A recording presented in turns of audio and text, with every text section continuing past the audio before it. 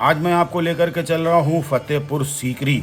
Fatehpur Sikri world heritage site है। इसका बड़ा ऐतिहासिक महत्व है। मैं आपको आज इस साइट का गाइड के साथ पूरा टूर करवाऊंगा। और दोस्तों, चूँकि गाइड आप जानते हैं रटी रटाई कुछ मनगढ़ंत बातें भी बताते हैं और तथ्यों में भी थोड़ा फेर बदल कर देते हैं। मैं इसका समर्थन नहीं करता। मैं इसको आपको डिक्लेरेशन पहले ही दे रहा हूँ। कुछ 19-20 चीज़ें हो सकती हैं गाइड के साथ टूर में। फतेहपुर सीकरी दोस्तों आगरा से लगभग 40 किलोमीटर की दूरी पर है। और आप यहाँ आना चाहते हैं, बस से अगर आना चाहते हैं तो आप एसी बस का किराया केवल 60 रुपये है। आपको ईदगाह बस स्टैंड आना पड़ेगा और ईदगाह बस स्टैंड से आप एसी बस के थ्रू यहाँ पर 60 रुपये में आ सकते हैं। दोस्तों, ओल्डन इंडिया यूट्यूब चैनल में आपका स्वागत है। मैं हूँ आपका दोस्त अजहर खान। और दोस्तों, अब मैं आ गया हूँ आगरे से 40 किलोमीटर दूर फतेहपुर सीकरी। इस फतेहपुर सीकरी को दोस्तों अकबर ने बसाया था और इसे अकबर की ख्वाबगाह भी कहा जाता है। यहाँ पर मौजूद हैं बहुत ही खूबसूरत तारीख़ी इमारतें। जोधाबाई का महल है इसके अंदर, और इसके अंदर बाकी जो दूसरी रानियाँ थीं, दूसरी बेगमें थीं, उनके भी महल मौजूद हैं। और दूसरी और इमारतें इसके अंदर खूबसूरत इमारतें मौजूद हैं जिनके अंदर की गई है बहुत ही बारीक बारीक नक्काशी, बहुत ही बेहतरीन संग तराशी का काम किया गया है। और उसके ऊपर यहाँ पर आपको मैं दिखाऊँगा आपको इसके अंदर मौजूद कई ऐसे स्ट्रक्चर्स जिसे देख के आप दंग रह जाएंगे। बहुत ही ज़बरदस्त यहाँ पर बिल्डिंगें हैं दोस्तों। और अक्सर क्या होता है, लोग आगरा आते हैं और ताजमहल को देख करके वहीं से वापस चले जाते हैं। मेरी तो राय ये है कि आप आगरा आएँ, ताजमहल देखें तो फतेहपुर सीकरी देखना ना भूलें। फतेहपुर सीकरी देख करके दोस्तों आपकी तबीयत खुश हो जाएगी और दिल बाग बाग हो जाएगा कि उस ज़माने में भी इस तरह की दोस्तों फ़न तामीरी मौजूद थी और स्टोन कार्विंग और संग तराशी मौजूद थी दोस्तों। बहुत ही खूबसूरत ये पूरा इलाका है फतेहपुर सीकरी का। इसको आप ज़रूर घूमें। चलिए मैं आपको अंदर लेकर चलता हूँ। मोहम्मद आमीन भाई हैं हमारे यहाँ पर साथ में, ये हमारे गाइड हैं। ये हमें गाइड करेंगे और माइक मैं अब इनके हैंड ओवर करता हूँ। और ये जो है आपको पूरी जानकारी देंगे यहाँ के सारे महलों के बारे में, और जितने भी यहाँ मोनूमेंट और जितने भी स्ट्रक्चर हैं सबको बारीकी के साथ आपको डिस्क्राइब करेंगे। चलिए आगे, और इनके हैंड ओवर करता हूँ अपना माइक। तो सर, ये फतेहपुर सीकरी है, वर्ल्ड हेरिटेज मोनूमेंटों में आता है। हम लोग यहाँ फतेहपुर सीकरी के लोकल गाइड हैं जो फतेहपुर सीकरी घुमाते हैं। ये सीकरी पैलेस अकबर का मेन पैलेस था। यहाँ अकबर, रानियाँ, दासियाँ, मिनिस्टर लोगों के रहने की जगह बनाई अकबर ने। फतेहपुर सीकरी है तो वर्ल्ड हेरिटेज मोनूमेंट, मगर इसको धार्मिक स्थल के तरीके से देखा जाता है क्योंकि यहाँ दरगाह है सलीम चिश्ती की, जिनकी दुआओं से अकबर को बेटा मिला था। सर, अकबर ने फतेहपुर सीकरी ये बनाया तो औलाद की खुशी के लिए था, मगर यहाँ से अकबर ने 4 साल अपनी राजधानी भी चलाई थी। 1582 से लेकर 1586 तक अकबर ने यहाँ राजधानी चलाई थी, मगर यहाँ पानी की बहुत कमी थी, इसलिए छोड़ दिया और आगरा फोर्ट जाकर शिफ्ट हो गए।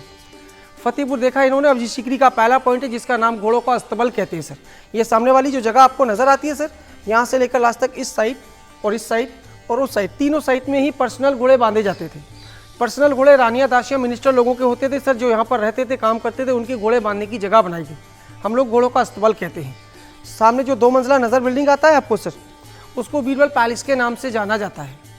बीरबल अकबर के सबसे खास मिनिस्टर थे जिनको सलाहकार कहते हैं, मगर ये बिल्डिंग बीरबल के लिए नहीं बनाया था। अकबर की 2 मुस्लिम रानी रुकैया बेगम और सलीमा बेगम के लिए बनाया गया था।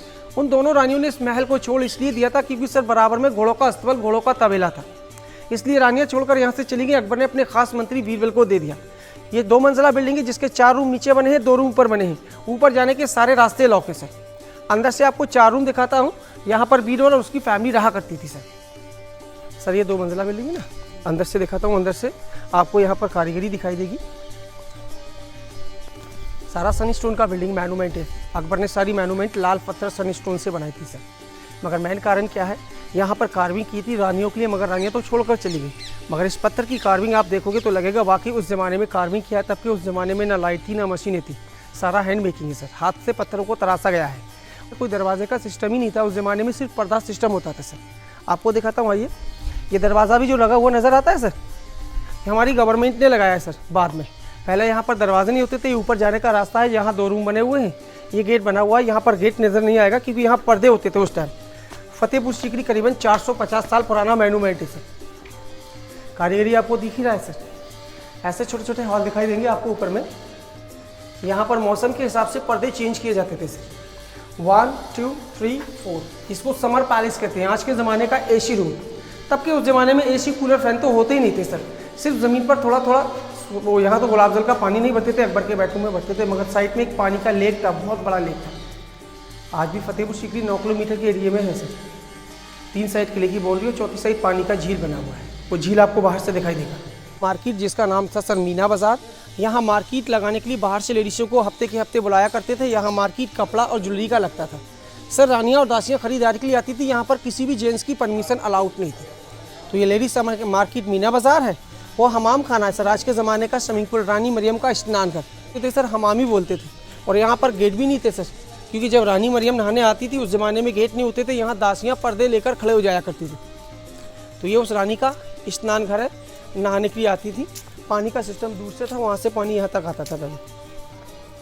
आज के ज़माने का स्विमिंग पूल, नहाने की जगह। ये जनाब पीछे वाला बिल्डिंग जोधाबाई का है, सबसे लास्ट में दिखाएंगे। वो रानी मरियम का पैलेस है। ये दोनों बिल्डिंग लास्ट में देखेंगे। सबसे पहले आपको पंचमहल दिखाता हूँ सर। यहाँ से अकबर की रानियाँ हवा खाती। सामने वाला जो बिल्डिंग आपको नजर आता है, इसको पंचमहल के नाम से जाना जाता है। ये 5 स्टोरी बिल्डिंग है, इसलिए इसको पंचमहल कहते हैं। और पिलरों की सपोर्ट पर है, इसलिए इसको सर हवा महल कहते हैं। सर अकबर ने इस बिल्डिंग को रानियों के मनोरंजन करने के लिए बनाया था। अकबर की फर्स्ट रानी, पहली रानी मुस्लिम थी, जिसका नाम रुकैया बेगम था सर, जो ऊपर टॉप से ईद और रमज़ान का चांद देखा करती थी। हिंदू रानी का नाम जोधाबाई था सर, वैसे असली नाम तो हरकाबाई था। टाइटल नाम जोधाबाई कहते हैं, जो ऊपर से करवा चौथ का चांद देखती थी और सुबह के टाइम सूरज को जल चलाती थी। मगर कभी कभी यहाँ पर हवा खाने के लिए जाया करती थी, इसलिए इसको हवा महल का नाम भी दिया है। इस पूरी बिल्डिंग की सपोर्ट आपको पिलरों पर दिखाई देगी सर। 176 पिलर है, 176, 84, 56, 20, 12 एंड 4। तो 176 स्टोन के पिलरों पर इसको बनाया गया है। हम लोग इसी को पंचमहल, इसी को हवा महल कहते हैं सर। हम लोग साइड से चलेंगे, लेडीज हॉस्पिटल दिखाएंगे। ये वो हॉस्पिटल था सर, यहाँ बादशाह अकबर के ज़माने में दवाई देने का काम चलता था, जिसको हम लोग आज के ज़माने का हॉस्पिटल कहते हैं। उस ज़माने का हकीम हाउस था। अलग अलग कंपार्ट थे, हर कंपार्ट पर पर्दे लगे थे, मगर आधा बिल्डिंग गिर चुका है, टूट चुका है। यहीं बादशाह अकबर ने लेडीज हकीम बैद रखे थे सर, जो बादशाह अकबर की फैमिली को जड़ी बूटी दिया करते थे, जिसको आज के ज़माने का डिलीवरी हॉस्पिटल कहते हैं हम लोग। आइए सर, ये है खजाना। हम लोग आ चुके हैं खजाना महल के अंदर। अकबर के ज़माने में यहाँ पर पैसा रखने की जगह थी सर। पैसा रखने की जगह तो थी, वो दिखाएंगे, मगर उससे पहले इस बिल्डिंग के चारों साइड ये गैलरियाँ देखिए आप। बिल्डिंग के चारों साइड में गैलरियाँ बनी, एक लास्ट में है, एक बीच में है, एक इसके आगे बीच में, एक लास्ट में है। चारों साइड दरवाजे बहुत थे। अकबर के टाइम टीवी और मोबाइल नहीं हुआ करते थे। अकबर कभी कभी अपनी रानियों के साथ मनोरंजन करने के लिए यहाँ लुपा छिपी का गेम भी खेलते थे। हम लोग इसको आँख मिचोली भी कहते हैं। हाडंसी लुपा छुपी खेलने की भी जगह है। मगर पैसा कहाँ रखते थे? हर एक बिल्डिंग के अंदर यहाँ 3 रूम है, यहाँ पैसा रखने के छोटे छोटे बॉक्स बने हैं। हर एक बिल्डिंग के अंदर 8 बॉक्स है, 1 2 3 4 5 6 7 8। यहाँ पैसा रखने के बाद इसी साइज का स्टोन इसके ऊपर फिट कर दिया करते थे, इसलिए इसको बोलते हैं खजाना महल। छत की डिजाइनिंग देखिए सर, कितना सुंदर छत बनाया गया है। पत्थर से पत्थर को ज्वाइन किया हुआ है सर। तो ये बहुत खूबसूरत छत है वाकई में दोस्तों। ये देख रहे होंगे आप, इसका ऊपर का पोर्शन दिखा रहा हूँ मैं आपको। रेड सैंडस्टोन में पूरी बनी हुई बिल्डिंग है। बीच में आप देख रहे होंगे खूबसूरत यहाँ पर फ्लावर बनाए गए हैं, और सब तरफ यहाँ पर डोर आपको नज़र आएंगे।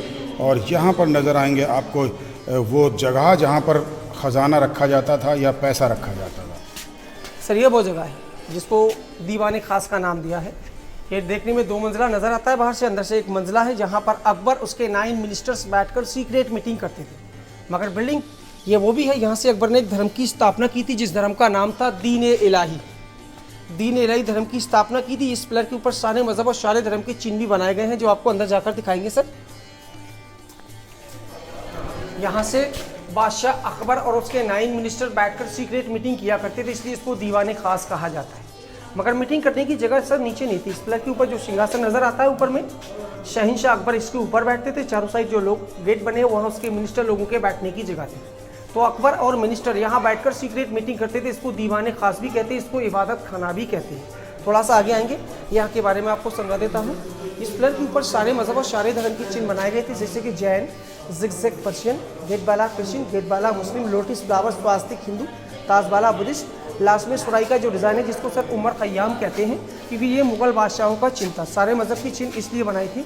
1582 में अकबर ने यहाँ बैठकर एक धर्म की स्थापना की थी, जिस धर्म का नाम दीन इलाही कहते हैं सर। मगर वो धर्म 1 साल पूरा चल नहीं पाया, कुछ टाइम चला, उसके बाद ही खत्म हो गया सर। इसके ऊपर जाने के 2 रास्ते सर, पीछे देखिए, ये सामने ऊपर जाने का एक रास्ता यहाँ से है, एक रास्ता उस साइड से, मगर सारी जगहें बंद है। Public court. यहाँ अकबर के ज़माने में जनता का दरबार लगता था, जिसको दीवान-ए-आम पब्लिक कोर्ट का नाम दिया है। मगर मीटिंग करने की जगह वो सामने जो चैम्बर नज़र आता है ना बीच में सर, अकबर उसके 9 मिनिस्टर्स वहाँ बैठते थे। यहाँ पहले गार्डन नहीं था, प्लेन जगह थी। यहाँ सर अकबर की प्रजा यानी कि आम जनता बैठती थी। वहाँ बैठकर बादशाह अकबर आम जनता की परेशानियाँ सुनते थे, वहीं बैठकर फैसला सुनाते थे। जगह को दीवान-ए-आम पब्लिक कोर्ट कहा जाता है। मगर कभी कभी बादशाह अकबर फैसला सुनाने में अगर कन्फ्यूज होते थे, अकबर का एक खूनी हाथी था जो राजा मान सिंह ने अकबर को दहेज में दिया था। हाथी उस रिंग से बनता था सर, जो दिख रहा है स्टोन गड़ा हुआ है ज़मीन पर। हाथी को बांधने की जगह थी। हाथी गुनहगार बंदे को सूंघकर पहचान किया करता था। अगर गुनहगार है तो पैर से कुचलकर मार दिया करता था, अगर गुनहगार नहीं है सूंघकर छोड़ दिया करता था। जब हाथी की डेथ हो गई, उसकी समाधि एक जंगल में टावर के रूप में बना दी, जिसको एलिफेंट टावर कहते हैं। ऊपर में छोटे छोटे रिंग नजर आते हैं सर जी। ये सामियाना टेंट बांधने के काम में आते थे उस जमाने में, धूप और बारिश से बचने के लिए। तो ये दीवान-ए-आम पब्लिक कोर्ट है, यही जनता का दरबार लगता था सर। ओके, ये सामने बीच में दिख रहे हो आप सर, यहाँ अकबर उसकी रानी का ये गेम खेलने की जगह थी, जिसको आज के ज़माने में आज के ज़माने में कोर्ट 25 ही कहते हैं। अकबर के ज़माने में इसको चौपड़ पाशा कहा जाता था। वो बैठने का जगह था। मगर ज़मीन पर देखो, थोड़ा आगे आइएगा सर, ये साइड में जो बॉक्स बने हुए हैं ना चारों साइड, देखने में गेम तो लूडो की तरह है, मगर ये लूडो गेम नहीं, इसको आज के ज़माने का कोर्ट 25 ही कहते हैं। यहाँ सर गोटियों की जगह दासियों को रंग बिरंगी ड्रेस पहनाकर मोहरे बनाकर खड़ा किया करते थे और सर पाशा फेंकते थे। जो नंबर आता था वो नंबर का दासी एक खाने से दूसरे खाने तक डांस करती हुई जाया करती थी। उस साइड में जो छोटे छोटे रूम नज़र आते हैं सर नीचे, वो अकबर के ज़माने की पाठशाला है, यानी आज के ज़माने का गर्ल्स कॉलेज कह सकते हो। यहाँ लड़कियाँ पढ़ती थी, मगर लोकल बंदा पैलेस के अंदर अलाउड नहीं था सर। यहाँ रानियाँ, दासियाँ, मिनिस्टर जो लोग रहते थे, यहाँ सिर्फ उनकी लड़कियाँ पढ़ा करती थी। मगर सर पढ़ाने वाले टीचर थे अबुल फजल, जिन्होंने अकबर का इतिहास लिखा था, आईना अकबरी अकबरनामा। वो दोपहर के बाद लड़कियों को नीचे पढ़ाया करते थे। ऊपर इसकी लाइब्रेरी बुक रखने की जगह थी। अकबर एक ऐसे बादशाह थे, अकबर को नाम लिखना भी जोधाबाई ने सिखाया था, मगर इस लाइब्रेरी के अंदर आकर कभी कभी बैठा करते थे। आगे आपको दिखाता हूँ, यहाँ तानसेन गाना गाते थे, जो अकबर के 9 रत्नों में से एक थे, बहुत बड़े संगीतकार थे। तानसेन का बैठने का जगह देखेंगे जिसका नाम है अनूप तालाब। सामने जो पानी के बीच में आपको सिंहासन नजर आता है, इस जगह का नाम है अनूप तालाब। मगर हम लोकल लोग यहाँ के इसको 4 चमन के नाम से भी जानते हैं, क्योंकि इस सिंहासन पर जाने के लिए 4 रास्ते हैं। ये वो जगह है सर जो बादशाह अकबर ने अपने मिनिस्टर तानसेन के लिए बनाई थी, जो तानसेन अकबर के 9 रत्नों में से एक थे, मगर बहुत बड़े संगीतकार थे। यहाँ बैठकर तानसेन ने दीपक राग गाया था। यहाँ पर दिए जल गए थे, ये कहा जाता है, मगर दिए के जले थे, वो गाना इतना गर्म था, अगर उसके बाद मेघ मल्हार ना गाया जाता था, वो इतने गर्म हो गए थे कि वो हो सकता है कि उनकी जान भी जा सकती थी। मगर उसी के बाद में यहाँ मेघ मल्हार गया था और रिमझिम बारिश हो गई थी, वो दिए बुझ गए थे, ये कहा जाता है। यहाँ तानसेन गाना गाते थे सर। बीच में जो सिंहासन बना है, शहंशाह अकबर के बैठने की जगह है। साइड में मिनिस्टर लोग बैठा करते थे, रानियाँ और दासियों, ऊपर विंडोज़ बने, वहाँ से रानियाँ दासियाँ तानसेन का प्रोग्राम देखा करती थी।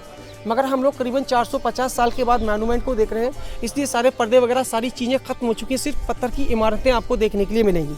सबसे छोटा और सबसे महंगा, सबसे सुंदर बिल्डिंग ये सामने बना है मुस्लिम रानी रुकैया बेगम का मेकअप हाउस। इसको शीश महल के नाम से जाना जाता है सर, मगर इसके अंदर शीशे नहीं है, असली शीश महल छोटा शीश महल है। ये तो आगरा फोर्ट के अंदर काफ़ी बड़ा शीश महल बना है, मगर इसकी कार्विंग देखोगे तो आपको लगेगा वाकई उस जमाने में इस बिल्डिंग के अंदर कार्विंग किया है। एक एक पत्थर को उस जमाने के सर सबसे सुंदर कार्विंग सीकरी के अंदर, इसी बिल्डिंग के अंदर की है। सबसे पहले गॉक पर आप देखेंगे लोटस फ्लावर बने हुए हैं सर जी। ये उस जमाने के संतराज लोगों ने छेनी हथौड़े से काट काट कर एक एक पत्थर यह लगाया गया था। ये डिजाइनिंग आप देखेंगे जिगजैग, ये पर्शियन डिजाइनिंग है सर जी। साइड में देखोगे आपको अनार का बेल दिखाई देगा, यहाँ अनार बना हुआ है, और इस साइड में देखोगे तो आपको अंगूर का बेल दिखाई देगा सर। तो ये उस जमाने की कार्विंग थी, जबकि करना ही बड़ा मुश्किल था, तब भी उन लोगों ने एक एक पत्थर को तराश कर यहाँ पत्थर की कार्विंग की। अंदर देखो तो शीशे तो नहीं है, मगर एक एक पत्थर आपको बाकी बहुत काबिल तारीफ दिखाई देगा सर, क्योंकि ये फतेहपुर सीकरी है तो वर्ल्ड हेरिटेज मॉन्यूमेंट, मगर यहाँ कर सीकरी गाँव के लोगों ने उस जमाने में भी कार्विंग की थी और भी थोड़ा बहुत कार्विंग करते हैं। यहाँ पर छोटे छोटे दराज नजर आते हैं आपको। यहाँ सर उस जमाने में ग्लास शीशे लगे होते थे, एक ऑयल वाला दिया जलाते थे और चारों साइड आपको रोशनी से दिए ही दिए नजर आया करते थे। सामने कुछ पंछी दिखाई देते हैं सर, यहाँ पंछी भी बने हुए थे, सारे पंछियों की गर्दनें कटी हुई हैं। कहा जाता है कि उस जमाने में इनकी आंखों के अंदर हीरे जवाहरात लगे थे, जिनको ब्रिटिश लोग काट कर निकाल कर ले। एक एक पत्थर के अंदर देखिए, सामने बरगद का पेड़ बना हुआ है, साइड में बीच में कलश बना है, साइड में अनार का बेल है, साइड में देखोगे खजूर का पेड़ बना है। तो ये उस जमाने में कार्विंग की थी। छत की डिजाइनिंग देखो, आपको स्टार बने हुए नजर आएंगे सर। तो सबसे छोटा, सबसे महंगा और सबसे सुंदर बिल्डिंग ये मुस्लिम रानी रुकैया बेगम का मेकअप हाउस है। इसको शीश महल के नाम से जाना भी जाता है। ये रुकैया बेगम थी जिनको टर्की सुल्ताना कहा जाता है, वो टर्किश थी इसलिए ये टर्की सुल्ताना का मकान है। आगे आपको दिखाते हैं अकबर का बेडरूम और डाइनिंग हॉल। आगे चलेंगे। ओके, यहाँ से देखें, ये बाहर से आपको कार्विंग दिखाई देगी सर। जैसे हम लोग लकड़ी के दरवाजे पर जो कार्विंग कराते हैं, उस ज़माने में इस पत्थर की कारीगरी की गई है। आप देखिए इतना बारीक कारीगर किया है, उस ज़माने में करना ही बड़ा मुश्किल था। एक एक पत्थर को बहुत सुंदर कार्विंग किया है। इस बिल्डिंग का दोस्तों कोई भी पोर्शन ऐसा नहीं है जहां पर नक्काशी नहीं की गई हो। देखिए आप कितनी खूबसूरत नक्काशी है। कहीं पे आपको नज़र आएगी ज्योमेट्रिकल डिज़ाइन, तो कहीं पे आपको नज़र आएंगे फूल और पत्तियां। दोस्तों देखिए कितना खूबसूरती के साथ अलंकरण किया गया है। ये डाइनिंग हॉल कहा जाता है सर। उस ज़माने का डाइनिंग हॉल था, मगर डाइनिंग टेबल कुर्सी नहीं होती थी। आइएगा आपको दिखाता हूँ। यहाँ अकबर खाना बैठकर ज़मीन पर खाते थे। हम लोग इसको कहते हैं दस्तरखान। ज़मीन पर लगाया करते थे और नीचे बैठकर ही खाना खाते थे। अकबर एक बादशाह थे, उनके लिए खाने बहुत बनाए जाते थे। जो साइड में आपको दराज नजर आते हैं, इस बिल्डिंग के चारों साइड में दराज बने। यहाँ पर उस ज़माने में खाने की डिशें रखी जाती थी सर। ये बिल्डिंग 450 साल पहले बहुत सुंदर था। एक मिनट इधर आइएगा। ये सामने देखिए आप, पत्थर के ऊपर जो डिज़ाइनिंग दिखता है ना, उस ज़माने में बहुत सुंदर पेंटिंग की हुई थी। मगर 450 साल पुराना मॉन्यूमेंट है, इसलिए सारी पेंटिंगें ख़त्म हो चुकी हैं। और आइएगा साइड से सारी पेंटिंगें दिखाता हूँ। यहाँ ये कुछ पेंटिंगें हैं, यहाँ ये कुछ सुंदर पेंटिंग इधर भी दिखाई देगा आपको। सारी पेंटिंगें, अब तो खैर कहीं कहीं बचा है, पेंटिंग का नाम बचा है, बाकी सारी पेंटिंगें ख़त्म हो चुकी हैं सर। तो ये है डाइनिंग हॉल। अंदर अकबर का बेडरूम है सर। यहाँ पत्थर का बेड है अकबर के लिए। इस बेड पर कालीन बिछाकर सोते थे। नीचे समर पैलेस था, ऊपर बनाया था विंटर पैलेस। यहाँ बादशाह अकबर लोगों से मिला करते थे। वो रूम भी ऊपर बना है। तो पहले आप बेडरूम देख लें, आ जाइए।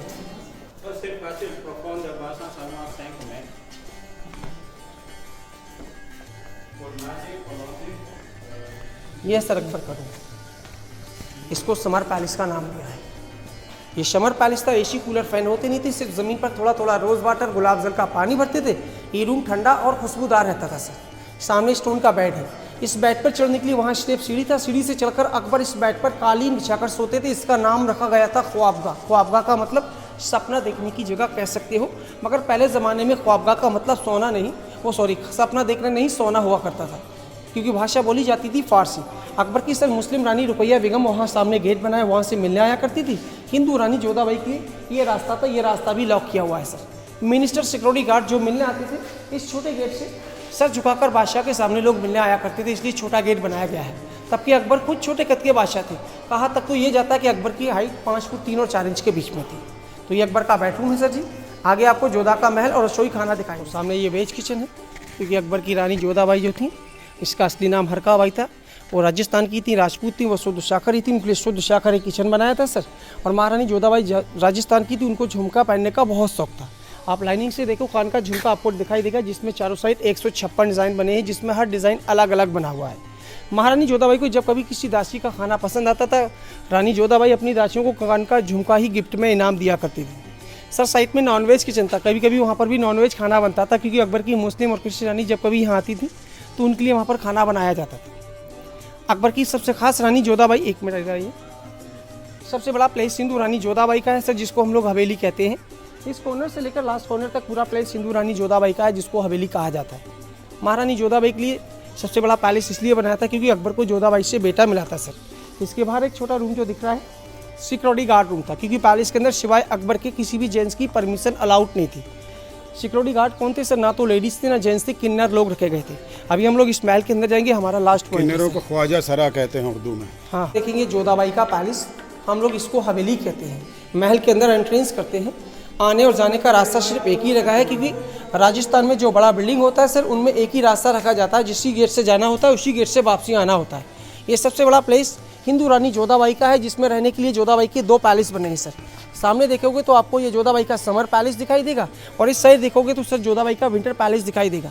मगर दोनों पैलेस सेम टू सेम एक जैसे हैं। फ़र्क क्या है, इस बिल्डिंग के बैक साइड में जाली लगा है और पीछे एक पानी का लेक था, मोती झील, उससे ठंडी हवा आती थी। ये रूम ठंडा रहता था, इसलिए समर पैलेस कहते हैं। मगर सर इसके अंदर जाली और ना जंगला, ये रूम पूरा पैक है, सूरज से गर्म होता था, इसको विंटर पैलेस कहा जाता है। अकबर जोधाबाई की जब शादी हुई, उसको दहेज में से राधा कृष्णा की सोने की मूर्तियां मिली थी। सामने जोधाबाई का मंदिर था, यहाँ राधा कृष्णा की सोने की मूर्तियां रखकर जोधाबाई पूजा करती थी। अंदर से मंदिर दिखाता हूँ, आ जाइएगा। मूर्तियाँ तो नहीं है।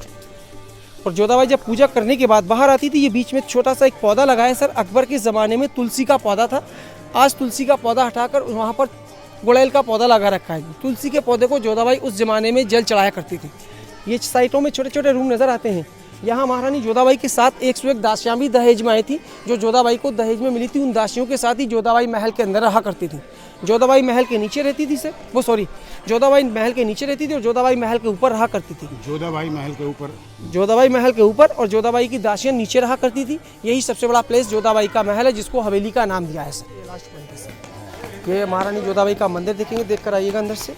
यहाँ पर आने और जाने के लिए सबसे पहले यहीं से हमको इस्तेमाल करना है। यहाँ सामने मंदिर बना हुआ है, सामने राधा कृष्णा भगवान की सोने की मूर्ति रख कर वहाँ जोधाबाई पूजा करती थी।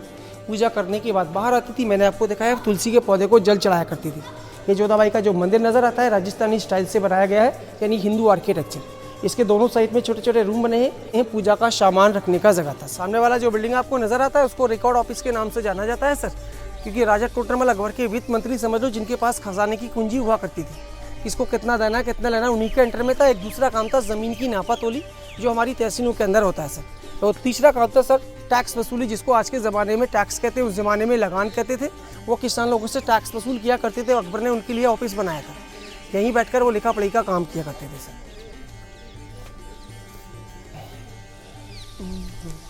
दोस्तों, फतेहपुर सीकरी के अपने इस व्लॉग को अब यहीं पे ख़त्म करता हूँ। उम्मीद करता हूँ ये व्लॉग हमारा आपको पसंद आया होगा।